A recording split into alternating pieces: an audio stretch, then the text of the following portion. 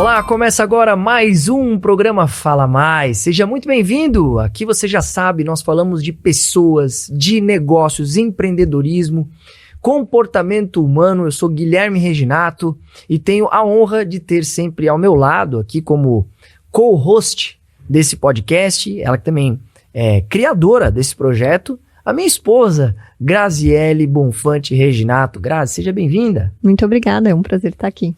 E a gente vai falar um pouquinho sobre empreendedorismo no programa de hoje com um convidado que é mais do que especial, não é mesmo, Grazi? Muito especial. Nós estamos aqui no programa de hoje com Gustavo Ramayer. Ele que é um jovem empreendedor, mas já tem aí uma carreira de sucesso, é sócio da Siga Bem Automotiva e investidor. Seja bem-vindo, Gustavo. Obrigado, Grazi. Obrigado, Guilherme. É uma honra estar no programa hoje. É muito legal para nós recebermos o Gustavo, que nós conhecemos como Guto. Afinal de contas, temos uma amizade aí de infância, né? Com certeza. Acredito quase 30 anos aí. Isso. O Guto tem a idade do meu irmão do meio, e aí a gente estava sempre junto, porque o pai do Gustavo é muito amigo do meu pai, então acabava que a família se reunia aí nos finais de semana e a gente criou uma amizade muito interessante. E você, hoje, tendo muito sucesso na área do empreendedorismo, a gente fica muito admirado, orgulhoso de ver você trilhando um caminho fantástico, que não é comum um filho, primeiro, aceitar ser o sucessor do pai, e não só isso, ter sucesso nessa missão. Porque, afinal de contas, quem montou o negócio foi o pai, e tem muitos filhos que acabam até estragando o negócio do pai. E no seu caso, a gente vê que o negócio só cresce. Guto, eu queria entender, que momento da sua vida você tomou a decisão? Eu vou trabalhar com meu pai, na empresa da família, que é a Siga Bem, e vou suceder o meu pai. Passou pela tua cabeça de fazer outra coisa da vida? É sempre um desafio numa empresa familiar, né, que há uma pressão natural, né? Quem tem empresa familiar, há uma pressão natural por eu ser o sucessor, né? Tem o Pedro, que não está mais entre nós, e ele, inclusive, não tinha essa vontade de estar na empresa, né? E eu comecei muito cedo na Siga Bem. Comecei com 14 anos. Estou com 39, então esse ano completei 25 anos de empresa, né? E comecei do chão de fábrica, literalmente, né? Limpando prateleiras. Eu comecei realmente separando pedidos, enfim, com 14 anos. E isso gerou muita experiência para mim, muita oportunidade de conhecer toda a empresa, de realmente começar. E talvez, Guilherme, esse seja um dos pontos que muitas empresas talvez cometem alguns equívocos, né? O pai e a mãe começam um negócio, né? E às vezes a pessoa, o sucessor, por exemplo, ou os sucessores começam, que a gente chama de guarda-chuva, né? Entram de guarda-chuva na empresa, né? E isso na empresa, na Siga Bem, não aconteceu, né? Então nós fomos aprendendo desde cedo, e isso gerou um interesse natural da minha parte em continuar o nosso negócio. Isso é que muito você bom. fala do guarda-chuva é o filho entrar achando que sabe mais que o pai. Exatamente. Tem que mudar as coisas e que é tipo isso? Também tem isso, mas às vezes, por exemplo, eu sou o filho do dono, então todo mundo tem que me respeitar e todo mundo tem que fazer o que eu mando, enfim, porque você entra como uma hierarquia, né? Perfeito. E isso nós fomos criando de uma forma natural na empresa, né? Eu acredito que esse até foi um dos motivadores que me tornou realmente estar na posição atual, né, que estamos. Eu, inclusive, estou na área comercial da empresa e também na sucessão.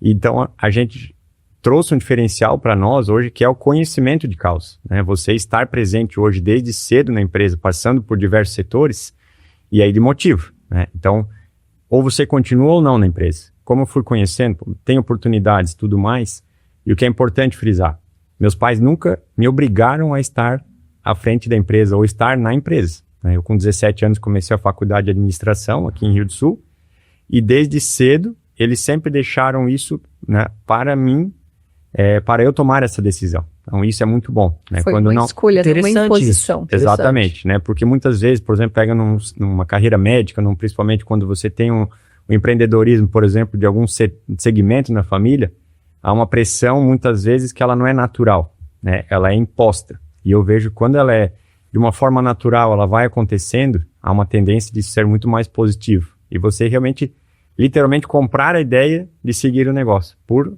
força, por vontade própria. Quando é por pressão e quando é por autoritarismo, algo assim, nem sempre o caminho é o mais assertivo. E olha que interessante, você está 25 anos na empresa. Quando é que você virou sócio? Porque hoje você já está como sócio. Sim. Quando que aconteceu esse início da sucessão propriamente dita? Certo. Eu sempre estive presente na empresa como funcionário, né? Então, vão fazer 9 anos agora em janeiro que eu estou como sócio da empresa. Eu entrei com 10% do quadro, né, no contrato social, que também foi por uma situação pessoal, familiar, né, que foi a separação dos meus pais, né? Então, por decisão deles, né, e a mãe, ela que iniciou o negócio junto com meu pai, né, Osnei e Elisane, e eles se separaram e tivemos que tomar uma decisão. E aí já começa também a importância de nós termos uma gestão profissional, né? Infelizmente as separações acontecem, mas a forma como a empresa lida é muitas vezes onde você vai ter um caminho assertivo ou um caminho de fracasso. Perfeito. E isso a gente entendeu desde o princípio, quando aconteceu. Naturalmente, né, seria o sucessor, né, de uma forma que a gente já está caminhando hoje, mas ela acabou acontecendo de uma forma um pouco diferente. Porém, a partir desse momento, então, minha mãe se desligou da empresa, né? E aí a gente entendeu que quem precisa, né, e muitas vezes a sociedade tem esse desafio, principalmente quando há uma relação conjugal, né?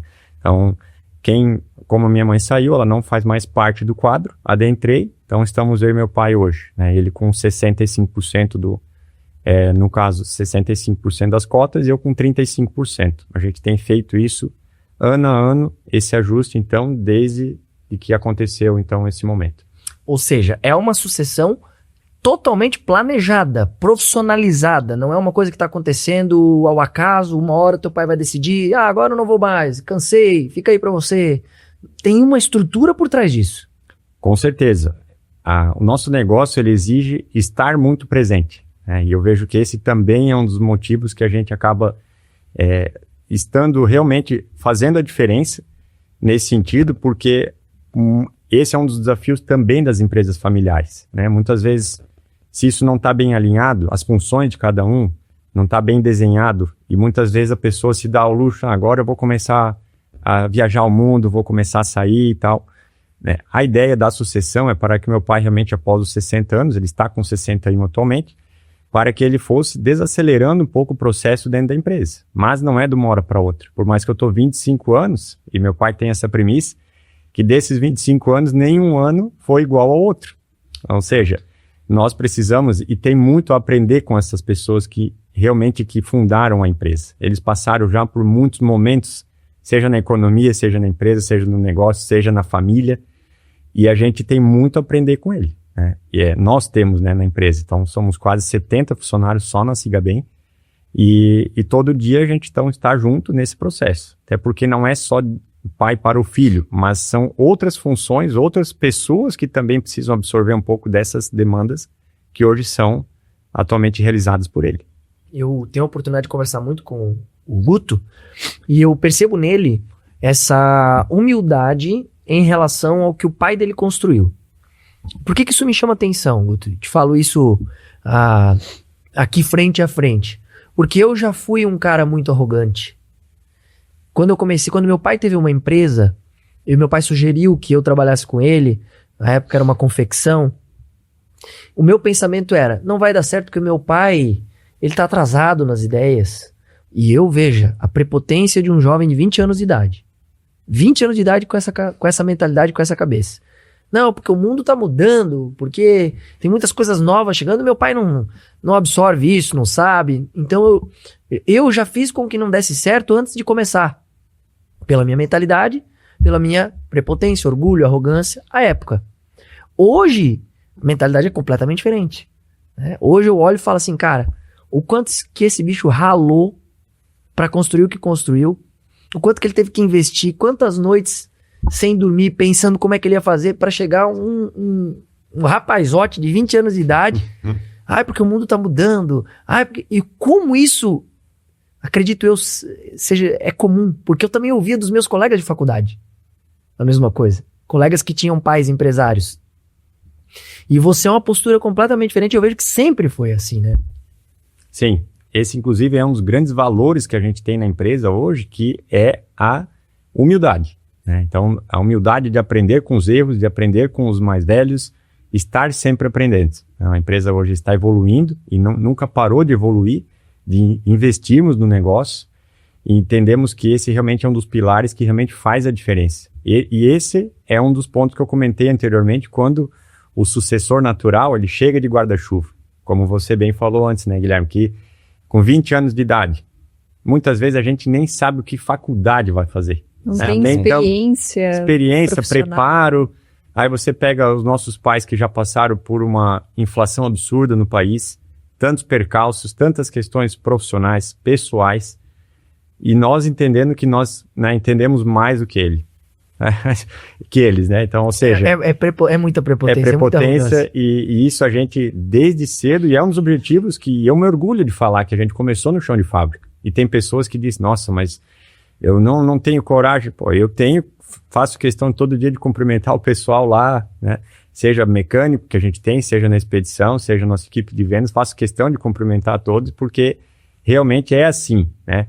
E tem grandes, né, empresas que muitas vezes isso faz parte da cultura. Esse é o desafio, da gente manter a cultura inicialmente formada na empresa, né? Nós perpetuarmos isso para outras gerações. E além disso, nós temos desafios também de geração, porque hoje eu tenho 2 filhos. Eles vão pegar a empresa num momento muito diferente de que quando eu iniciei na empresa, né? E como a gente vai mostrar para eles também que isso não veio de graça, que isso vem com muito trabalho, certo? Então, ou seja, o nosso desafio agora não é fácil, né, é muito diferente deles e, né, dos nossos pais, dos nossos avós, então nem se fala, né, porque eles tiveram uma geração que passou fome realmente, a gente sabe, né? Exato. Passaram dificuldades. Então, como a gente agora mostrar para os nossos filhos, não criar uma geração fraca hoje, né? E fazer eles valorizar o que é construído diariamente, né? E também tem que ter um equilíbrio, né? Porque hoje, um dos motivos que o meu irmão, né, que não está mais presente conosco, ele não se motivava a estar na empresa, porque ele via sempre meu pai e minha mãe na época trabalhando bastante. E ele disse, eu não quero isso aqui para mim. Né? Então, ou seja... O significado que ele dava para aquilo. Né? Exatamente. Né? Tanto que ele foi trabalhar, estudar em Floripa, enfim, estava buscando uma outra carreira. Então, ou seja, nós precisamos ter realmente um equilíbrio hoje no negócio para que se torne atraente para a pessoa, né? Para que o sucessor ou para que outras pessoas venham trabalhar conosco, né? E também mostrar, quando a gente tem uma contratação na empresa, esse é um grande desafio, né? A pessoa vê, poxa, hoje tem um estoque bacana, tem uma empresa bem estruturada, mas não nasceu assim, né? Sim. Entender que uma luz tem que ser desligada quando ficou acesa, né? Então, esses detalhes que é onde mora o desafio da cultura corporativa. E é isso que a gente busca levar isso adiante, seja para os nossos filhos, para os colaboradores. Essa questão de escolhas, ela é muito visível em vários casos. Eu vejo que dentro da minha casa, quando nós tínhamos a farmácia, eu, naturalmente, quis seguir o ramo de farmácia. Hoje a gente não tem mais a farmácia, por uma opção também, mas o Tiago, meu irmão, ele olhava para aquilo e disse, não, eu não quero. E não era por uma questão de percepção de muito trabalho, não, ele não se via preso lá dentro. O perfil do Tiago, ele precisava voar. Né? E é uma questão muito legal de se colocar aqui, porque também é uma forma que a gente tem de respeitar. Por quê? Por que eu vejo isso? Porque daqui a pouco a gente está colocando pessoas que não têm interesse lá dentro, que é o que a gente vê em muitos casos, e que o negócio não dá certo. Com certeza. Por quê? Porque a pessoa não vai dar valor, ela não vai ter entendimento, ela nem se interessa por aquilo. Então, isso também é legal. E agora o teu desafio porque agora tu tens 2 filhos. Exatamente. E aí muitas vezes, né, Grazi, é a frustração, por exemplo, das vezes você está fazendo um negócio forçado, simplesmente porque a família tem um viés naquela linha. Não, eu tenho que fazer a pior coisa, hoje é um profissional frustrado, principalmente numa linha sucessória da família. Né? Exatamente. Então, esse realmente é o desafio hoje, né? E agora que a gente tem, né? Então, nós temos 2 filhos, né? Tem o Felipe e a Manuela, né? Quem será que vai seguir? Se for a Manuela e se não for o Felipe, como é que vai ser com uma mulher agora estando à frente dos negócios? Ou se nenhum dos 2 quiser, continuar o negócio? A empresa vai ter que continuar. Vai ter que profissionalizar alguém. Exatamente. Né? Então, esse desafio de geração é muito interessante. E eu penso o quanto não deve ser satisfatório pro seu Osney, né, olhar e falar assim, cara, que bom, que tudo isso que a gente construiu tá na mão do meu filho e tá muito bem na mão do meu filho. Sabe? Eu posso estar tranquilo, eu posso sair em paz. É meu filho que vai tocar aquilo lá. Porque eu fico pensando, cara, quantos e quantos... E a gente só tem essa visão hoje que nós somos pais. E que somos empreendedores também. Exatamente. Quantos e quantas empresas, cara? O cara montou, investiu, botou lá energia, dinheiro, estresse, tudo. E aí ele tem 3 filhos e simplesmente os 3 filhos quiseram fazer outras coisas e tá tudo bem. Mas ele se vê num momento que ou ele vende a empresa, ou ele tem que talvez dar a empresa para um colaborador ou para um gestor. Porque a empresa, é a frase do Flávio Augusto, né? Ela só tem 3 destinos. Ou ela quebra, ou ela é vendida, ou ela é herdada. Sim. Se ninguém for vender, se ninguém for pegar, for herdar ela, ou ela vai quebrar ou ela vai ser vendida. Porque ainda que ele dê para uma outra pessoa, querendo ou não, uma venda. Sim. E o teu pai, eu tenho certeza que tá muito satisfeito com tudo isso, cara. Acredito que sim, a gente trabalha de uma forma muito conjunta, né, Gui? Então, isso tudo que... Eu tenho muita gratidão também por estar no negócio que eles criaram. Porque também se eles não tivessem criado o negócio, também como que eu estaria junto com eles, né? Então, basicamente, o que a gente está fazendo hoje é retribuir também o esforço que eles fizeram. E não foi pouco, e é todo dia. No Brasil, principalmente, é muito comum, né? Muitas empresas, às vezes, atingiram um certo nível, enfim, de maturidade, e os proprietários, às vezes, se dão o luxo de não vai estar mais tão presente na empresa, nem digo de dar ao luxo, mas às vezes se entende que o momento permite, ou às vezes fazer aquisições no meio particular, enfim, e o nosso negócio, ele tem margens muito apertadas. Então, ele demanda realmente um esforço conjunto, e ainda mais estando no Brasil, um país de oportunidades e de muitos desafios, né? Então, ou seja, esse ano, por exemplo, a gente está tendo vários desafios, por exemplo, na questão de importação. Somos importadores de pneu, e o dólar ele variou já de 6,30 final do ano passado, agora está em 5,30, 5,40. Então, só aí a gente já tem quase 20% de variação, né? Como é que tu administra isso? O frete, na época da pandemia, foi a $14 mil, frete de um container. Chegou a 900 agora, há pouco tempo atrás. Então, como é que administra isso? Ou seja, é muito desafiador.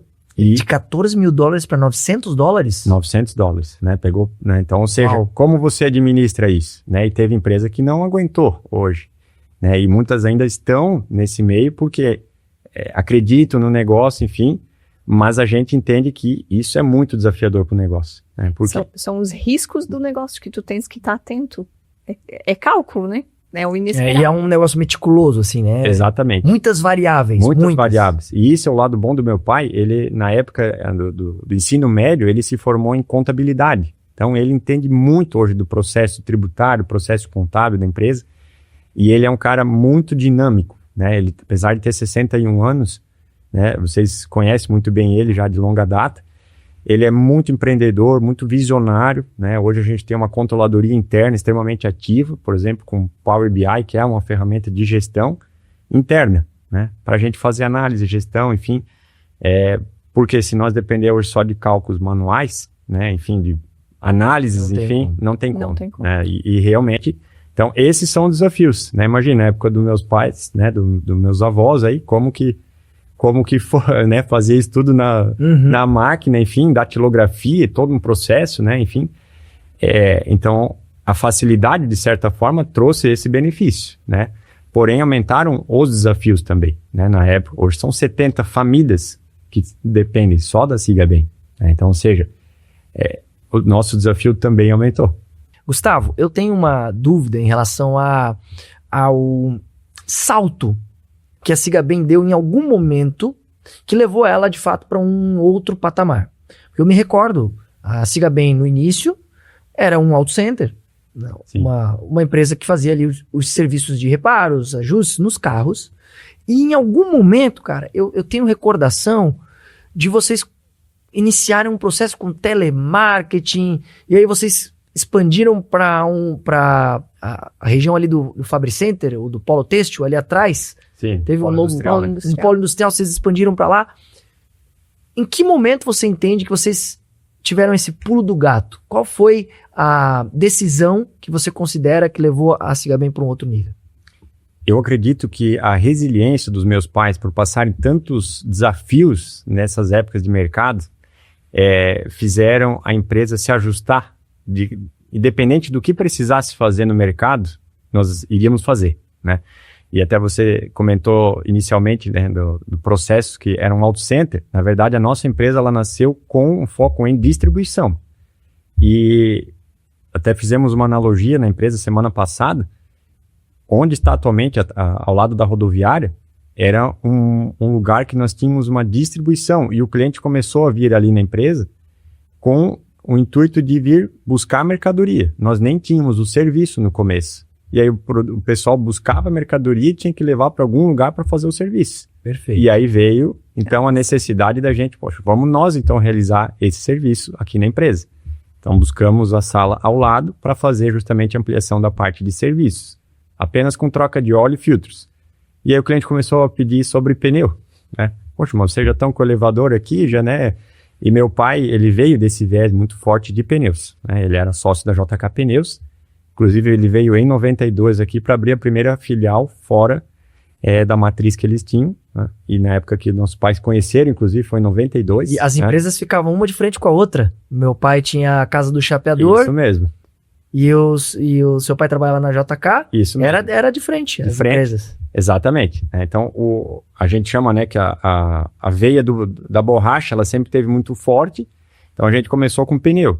Poxa, então vamos começar com alinhamento também. Vamos começar com suspensão e freio. E aí começou a vir. E esses produtos que a gente vendia no varejo, poxa, vamos botar para o atacado, então, para vender. Vamos distribuir eles, né?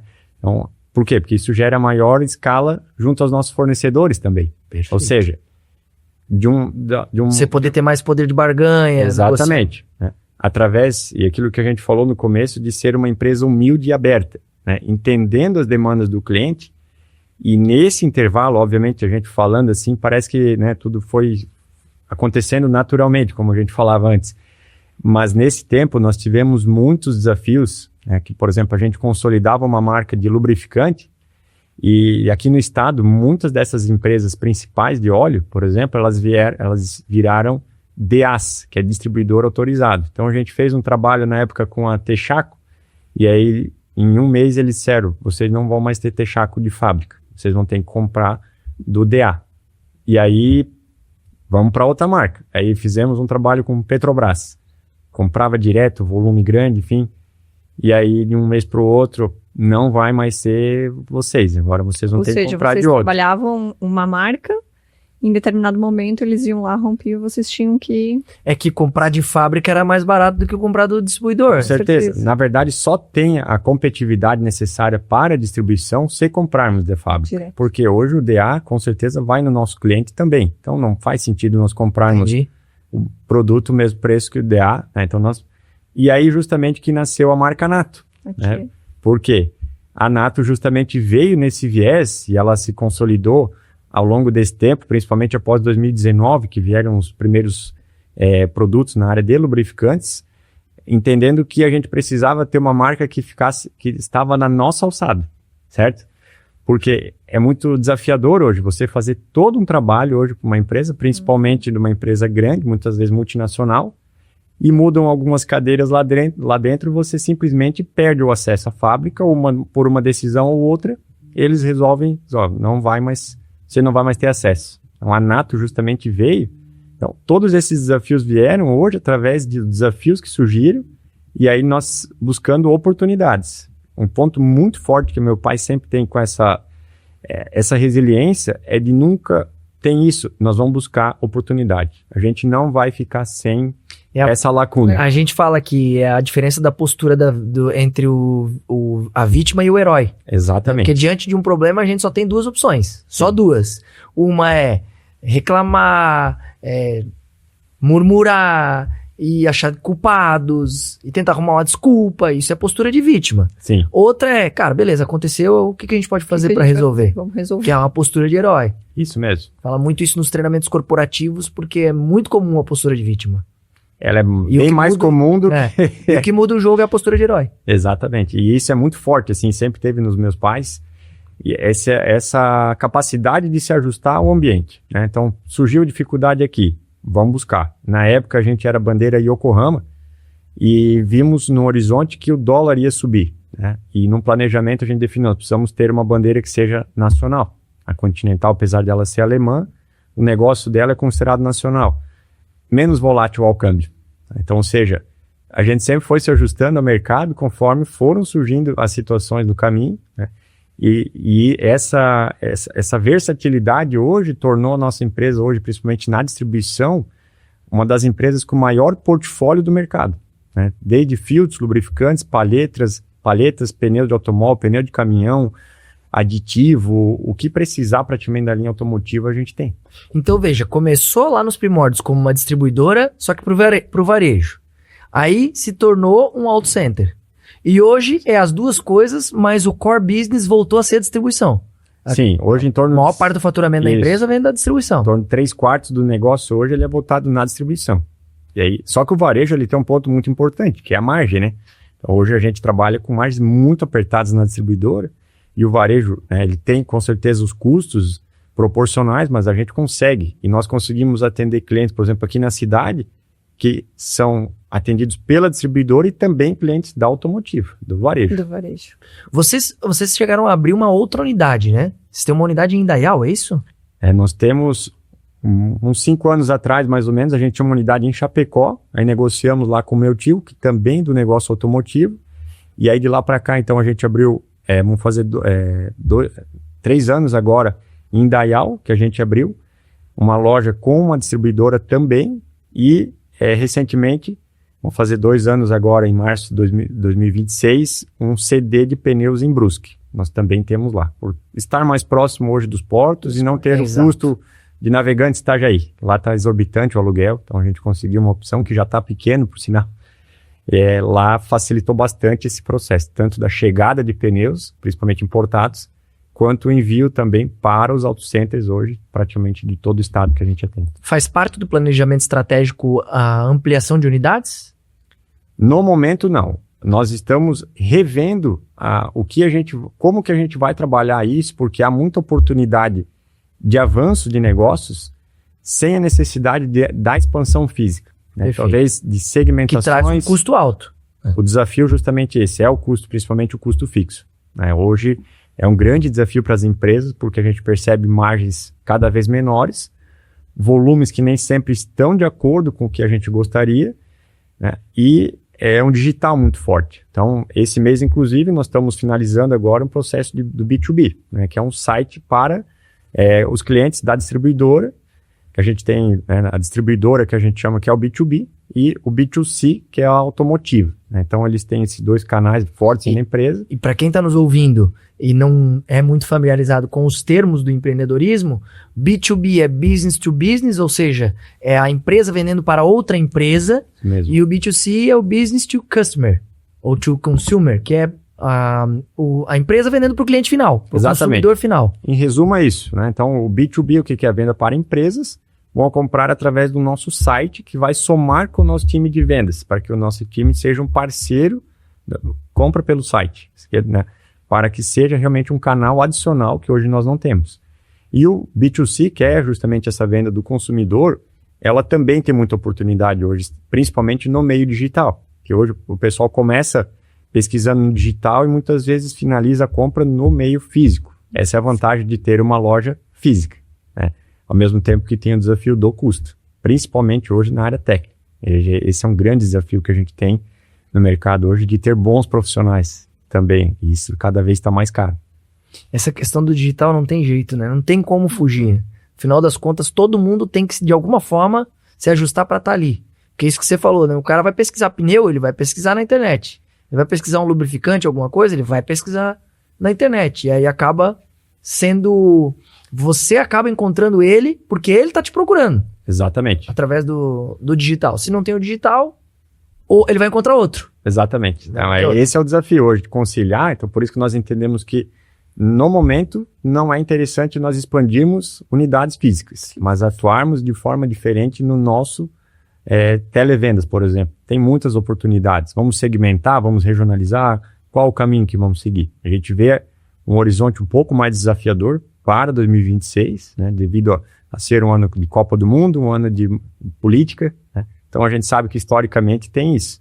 É aquilo que a gente falou antes. Não adianta a gente ser vítima. O que vamos fazer agora? A gente está nessa movimentação agora de ajustar os próximos passos da empresa. Muito bem. Tem alguma pergunta? Não. Se eu te perguntasse quais são os princípios e valores da empresa, vocês têm 3 bem definidos, assim, que é presente na cultura do negócio, que todo colaborador sabe, tem que seguir, é assim que a linha de trabalho funciona? Sim, nós temos isso, inclusive, muito bem alinhado e permeado isso, e esse é um grande desafio para quem chega na empresa, né? Como a gente falou anteriormente, quando vê uma estrutura pronta, não entende todo o desafio que temos, né, que já passamos e que temos, e o principal valor da empresa hoje, ele é ética. A gente entende que tanto na distribuição quanto no varejo, o cliente precisa confiar do que nós estamos oferecendo. Muitas vezes ele vai lá trocar o óleo na empresa, ele não sabe que o óleo é da Nato ou outra marca. Troquei o óleo na Siga Bem, eu confio no produto da Siga Bem. Fato. Nós temos hoje uma responsabilidade muito grande, ano que vem estamos indo para 30 anos de empresa, dessa confiança. E na distribuição, a mesma coisa. Então, não vamos vender algo que vai ficar encalhado para o cliente ou alguma coisa que só a gente precisa vender, mas não tem utilidade. O cliente confiar em nós. O princípio muito forte do trabalho, no sentido de,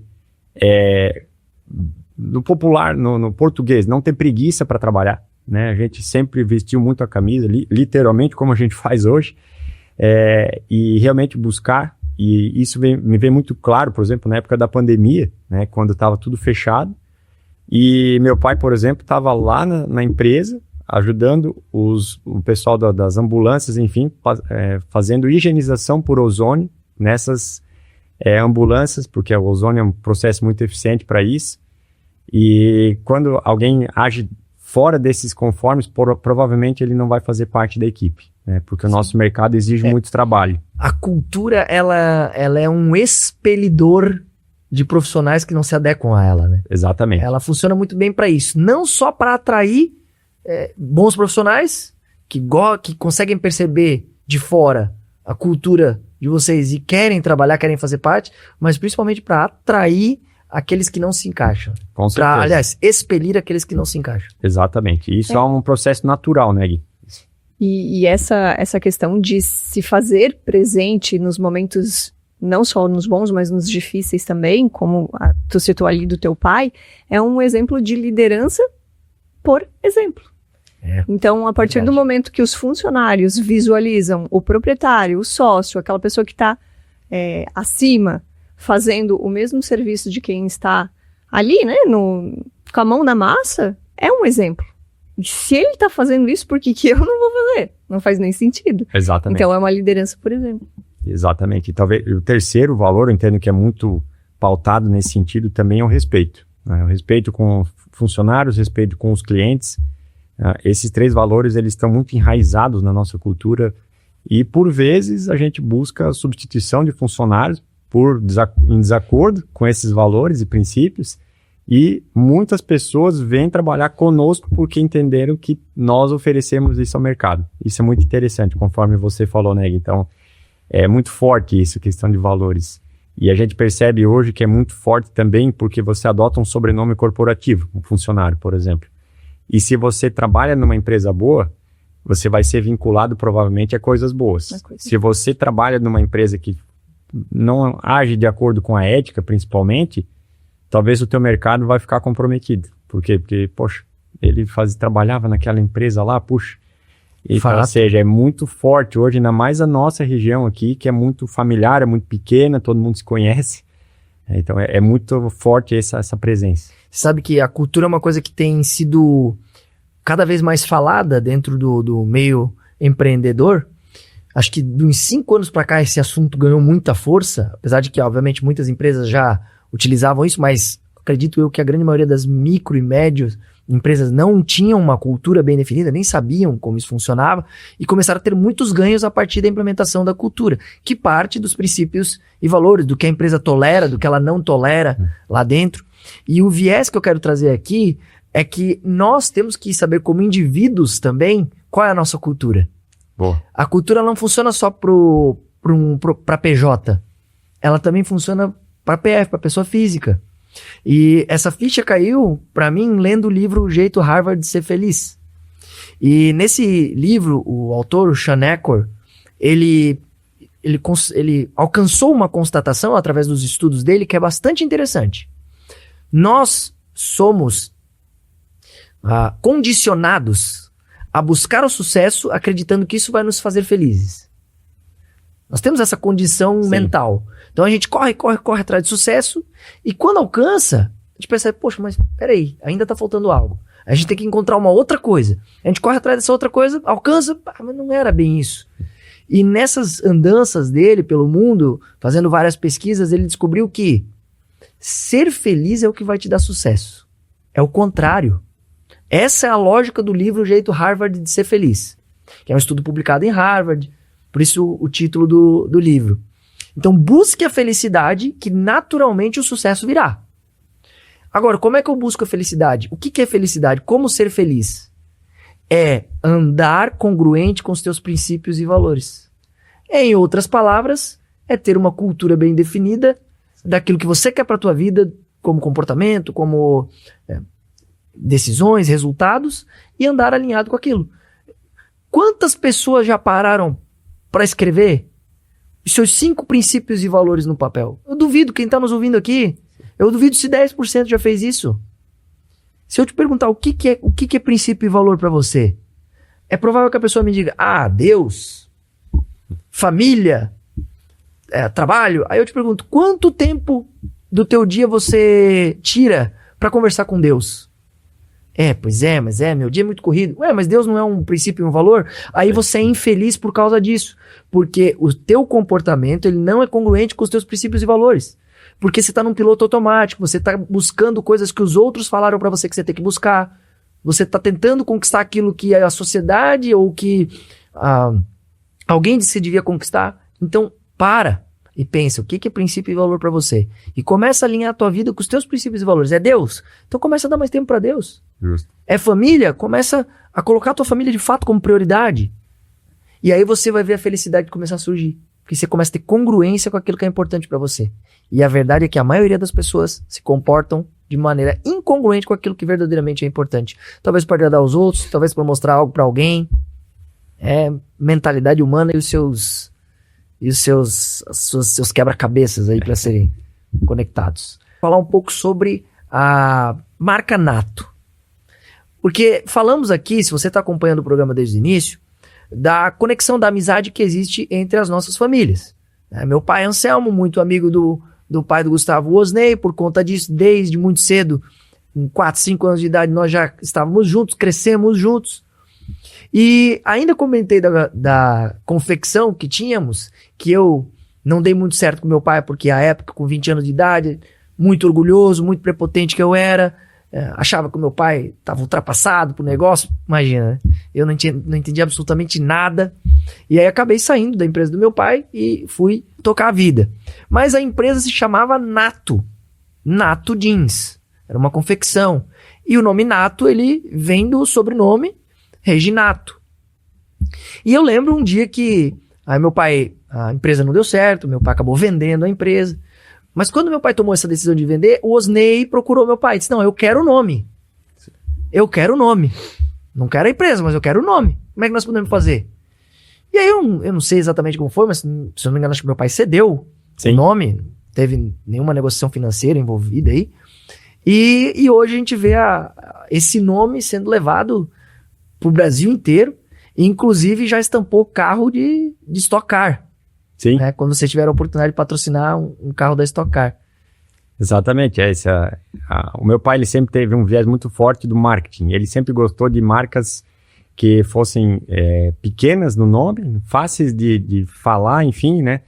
E que, inclusive, recentemente a gente fez um rearranjo da marca em si, né? Uma atualização, e realmente ela aderiu bastante ao mercado, né? Ela criou realmente hoje um nome, conceito muito interessante. Inclusive, nós temos hoje um protótipo nosso. Ele não tem caixa e nem motor, né? É um carro, inclusive, plotado com a Nato, né? Para utilização hoje em clientes hoje de postos, né, de auto centers, enfim, que leva justamente o nome para outras cidades e outros clientes. Então, realmente, a marca Nato, e a gente teve um desafio de fornecimento nesse tempo, né, de lubrificantes, como a gente falou anteriormente, e a Nato a gente não conseguiu estar constante com ela todo o tempo. E teve cliente que disse assim, ó, eu até compro a outra marca de vocês, mas quando é que vai ter a Nato de novo? Então, ou seja, eu vejo que ela criou um conceito muito interessante também pela confiança, né, aquilo que a gente falou antes. Você é a marca da Siga Bem, é uma marca que eu posso confiar. Para nós, ela também traz um respaldo muito interessante. E como é uma marca que ela sempre foi muito positiva no mercado, né, se fosse uma marca que tivesse queimado na época, com certeza nós não buscaríamos, né? Então vocês também deixaram um trabalho muito bom no mercado. Meu pai se orgulha muito, né? Até a própria identidade visual é relativamente parecida, a cor é a mesma que usávamos à época, muito parecida também com a fonte usada. É algo que o meu pai, toda vez que ele vê, ele se orgulha, porque de certa forma o negócio segue vivo. Sim, com certeza. Inclusive ele foi naquele evento que nós oportunizamos aí, que estar na Nato, na Stock Car, foi no Rio Grande do Sul. Ele estava lá. Né? Verdade. Então, a gente convidou ele por apreço realmente à marca. Verdade. Legal. Gustavo, em relação a investimentos, porque você tem dupla jornada, digamos assim. Você tem duas profissões. Você é empresário e você é investidor também. 2 grupos de investimento. E como é que surgiu isso? Porque é algo que eu desconhecia, esse modelo de negócio, por exemplo. Vários amigos são amigos. Se juntam para um aporte financeiro e fazer aquisições. E com base nisso ter rentabilidade. Agora, é algo que precisa ser muito bem estruturado, hein, meu amigo? Com certeza. A primeira coisa para dar certo é que você está com gente de princípios e valores parecidos, como você falou, alinhados. Essa é a base principal dos 2 grupos atualmente, que é o J Invest, que iniciou em 2013, completou esse ano, então, 12 anos, e o Canela, que completou 2 anos, agora em 2025, com viés um pouco distintos um do outro. O J Invest ele iniciou com um modelo de mútuo, que a gente chama. Então, o recurso ele é aplicado entre os sócios. Somos em 9 atualmente, o grupo surgiu em 11. E do J Invest, então, nós tivemos 4, eu mais 3 sócios que tivemos a ideia de convidar outros amigos, enfim, para investimentos imobiliários. E entendemos que pessoas, né, de princípios e valores bem alinhados com a gente também, entendemos que haveria uma oportunidade, como a gente falou anteriormente, você comprar um imóvel sozinho, talvez não estaria na condição de alguns sócios, mas em grupo, né, no Canela, por exemplo, somos em 14. Então há a possibilidade de buscar realmente oportunidades interessantes. E os 2 grupos, o Canela aprendeu muito com o J Invest, porque tanto um quanto o outro, nós temos um acordo de sócios bem definido, isso faz diferença. E tem um estatuto. Tem um estatuto. Toda uma parte jurídica muito bem formada. Tanto um quanto o outro, eles têm muito forte isso, né? Tanto que no JVS nós tivemos a saída de 2 sócios e elas foram amigáveis e foram de uma maneira muito transparente, porque estava alinhado, né? E isso é muito bom. A gente trouxe um exemplo das empresas que nós fazemos parte, né? E isso está fazendo a diferença no sucesso dos 2 grupos aí. São grupos novos, né? E o que ajudou muito, tanto um quanto o outro, foi trazer pessoas com muita experiência. Alguns em bolsa, algum investimento imobiliário, alguns grupos que deram certo, outros que não deram certo. Procuramos tornar o negócio, né, as melhores ideias e trazer para ambos. É interessante porque ambos rentabilizam. E, além disso, a gente tem um network de qualidade, de alta qualidade. Esse é um ativo que ele é imensurável. Né? A gente tem as nossas reuniões mensais, o J Invest na última terça do mês e o Canela na segunda. E são essas pessoas que nós estamos próximos que fazem a diferença. Maravilha. Guto, queremos te agradecer muito pela sua vinda aqui ao programa. Acho que Foi muito enriquecedor para quem teve a oportunidade de nos ouvir. Foi inspirador para jovens empreendedores também. Então, nós só temos a te agradecer por aceitar o nosso convite. Eu que agradeço, fico à disposição se precisar. E é uma honra participar desse programa aí com esses amigos aí de longa data que a gente tem muito orgulho. Muito obrigada, Guto. E para você que nos acompanhou até aqui, obrigado pela sua audiência. Quarta-feira que vem a gente está de volta com mais um programa Fala Mais. Até lá! Até.